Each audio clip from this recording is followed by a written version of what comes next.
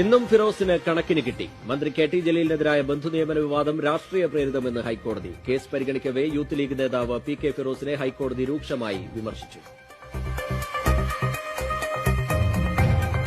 പിതൃസഹോദരപുത്രനായ K T അദീബിനെ south Indian ബാങ്കിൽ senior manager പദവിയിലിരിക്കുമ്പോൾ ന്യൂനപക്ഷ വികസന ധനകാര്യ കോർപ്പറേഷൻ ജനറൽ മാനേജർ സ്ഥാനത്ത് ഡെപ്യൂട്ടേഷനിൽ നിയമിച്ചതാണ് ഹർജിക്ക് ആധാരം. ചട്ടങ്ങൾ മറികടന്നാണ് നിയമനം നടത്തിയതെന്ന ആരോപണമാണ് ഫിറോസ് ഉന്നയിച്ചത്. ഹർജി പരിഗണിച്ച കോടതി ഹർജി രാഷ്ട്രീയ പ്രേരിതമെന്ന് വിലയിരുത്തി. പിന്നാലെ പി കെ ഫിറോസിനെ രൂക്ഷമായി വിമർശിക്കുകയും ചെയ്തു. ഫിറോസിന്റെ പരാതിയിൽ കഴമ്പില്ലെന്ന് വിജിലൻസും ഹൈക്കോടതിയിൽ ചൂണ്ടിക്കാട്ടിയിരുന്നു.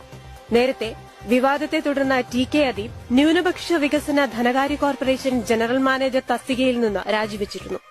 ആത്മാഭിമാനം ചോദ്യം ചെയ്യപ്പെട്ട സാഹചര്യത്തിലാണ് രാജിവെക്കുന്നതെന്നാണ് അദീബ് തന്റെ രാജിക്കത്തിൽ വ്യക്തമാക്കിയത്. നേരത്തെയും ഹൈക്കോടതി ഫിറോസിനെ രൂക്ഷമായി വിമർശിച്ചിരുന്നു. രാഷ്ട്രീയം കളിക്കാനുള്ള വേദിയല്ല കോടതിയെന്ന് ഫിറോസിന് ജഡ്ജി മുന്നറിയിപ്പും നൽകിയിരുന്നു. അവസാനം ഞാൻ തോറ്റുപോയാൽ ഈ ആയിരക്കണക്കിന് യൂത്ത് ലീഗ് പ്രവർത്തകരെ സാക്ഷി നിർത്തി ഞാൻ പറയട്ടെ, യൂത്ത് ലീഗ് ഒരാളെ അപമാനിക്കാൻ വേണ്ടി ഒരു വാദം കൊണ്ടുവന്നു എന്ന് കെ ടി ജലീൽ തെളിയിച്ചാൽ അന്നു മുതൽ ജലീൽ പറയുന്ന ഏത് ശിക്ഷയും ഏറ്റെടുക്കാൻ ഞാൻ തയ്യാറാണ് എന്ന് പ്രഖ്യാപിച്ചുകൊണ്ട് അഭിവാദ്യങ്ങൾ നിർത്തുന്നു. ജയ് മുസ്ലിം യൂത്ത് ലീഗ്.